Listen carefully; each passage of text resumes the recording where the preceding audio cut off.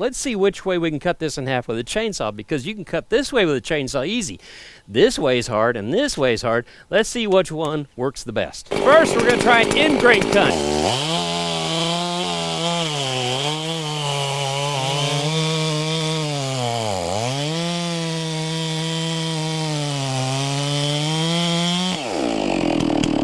Okay, now let's try it with the grain.